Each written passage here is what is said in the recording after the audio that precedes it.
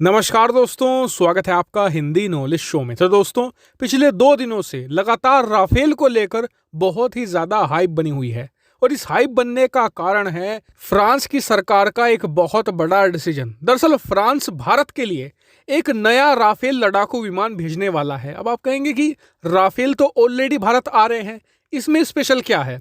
तो स्पेशल ये है कि ये नॉर्मल राफेल नहीं है जो भारत ऑलरेडी खरीद चुका है। ये वो वाला राफेल नहीं है, ये एक नया वर्जन है राफेल एम के नाम से, यानी कि राफेल मरीन। और इस शब्द मरीन से आप समझ भी गए होंगे कि ये एक नौसैनिक लड़ाकू विमान है, यानी कि इसे स्पेशली डिजाइन किया गया है नौसेना के इस्तेमाल के लिए। और आज की तारीख में इसे फ्रांसीसी नौसेना बहुत ही बड़े लेवल पर इस्तेमाल कर रही है। दरअसल फ्रांस के पास एक एयरक्राफ्ट कैरियर मौजूद है जिसका नाम है चार्ल्स डे गोवेला। उस पर इसे ऑपरेट किया जाता है और वहां इसने बहुत ही अच्छे रिजल्ट दिए हैं। तो अब ये भारत क्यों भेजा जा रहा है? भारत ने तो इसे खरीदा भी नहीं।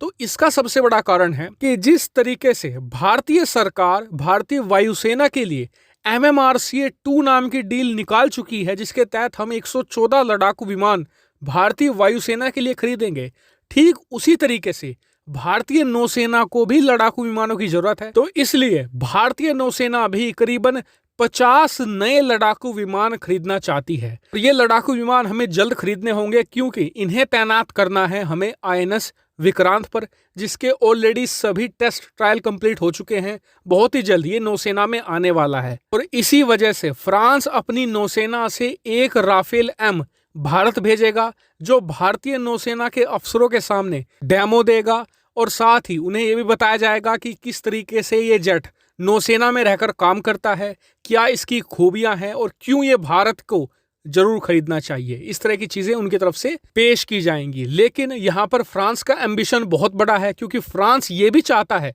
कि नौसेना के 50 लड़ाकू विमानों की डील भी उसे मिले, साथ ही जो हमारी वायुसेना 114 लड़ाकू विमान खरीदना चाहती है वो डील भी उसे मिले। और ऐसा होता है तो ये फ्रांस के लिए बहुत ज्यादा बड़ी बात होगी, क्योंकि आप मानकर चलिए ये टोटल हो जाएंगे 164 लड़ाकू विमान। और इतनी बड़ी डील कोई भी देश अपने हाथ से नहीं निकलने देना चाहता, क्योंकि इसकी जो वर्थ होगी ना टोटल डील की, वो multi-billion डॉलर में जाएगी। और ये भारतीय इतिहास की सबसे बड़ी डील भी होगी, जिससे फ्रांस को काफी ज्यादा फायदा होगा।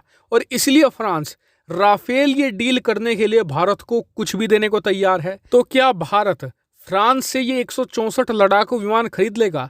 तो देखिए, भारतीय वायुसेना प्रमुख ने हाल ही में क्या कहा है कि हम MMRCA में 114 लड़ाकू विमान वो ही खरीदेंगे जिस लड़ाकू विमान के अंदर 5th जेन यानी कि 5वीं पीढ़ी की टेक्नोलॉजी मौजूद होगी। अब आप कहेंगे 5वीं पीढ़ी क्या है?